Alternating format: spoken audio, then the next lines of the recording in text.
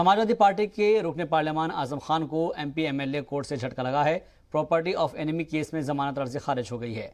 Sitapur jail में करीब 1.5 साल से बंद एसपी एमपी के खिलाफ अजीम नगर थाने में जौहर यूनिवर्सिटी के लिए मामला दर्ज किया गया था, जिसको लेकर आजम ने कोर्ट में जमानत अर्जी दाखिल की थी, लेकिन कोर्ट ने उस अर्जी को रद्द कर दिया है। हालांकि इस मामले में उनके बेटे अब्दुल्ला की जमानत हो चुकी है।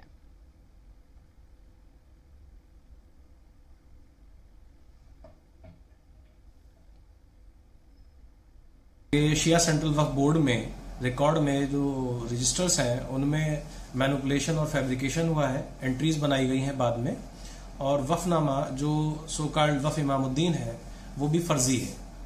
तो इन आधारों पर इनके खिलाफ 420, 467, 468 और 471 का मुकदमा चला, 120 भी का। उसमें मोहम्मद आजम खां को मुख्य बेनिफिशियरी माना गया और इसलिए इनकी बेल पर बहस होने के बाद आज बेल रिजेक्ट हुई।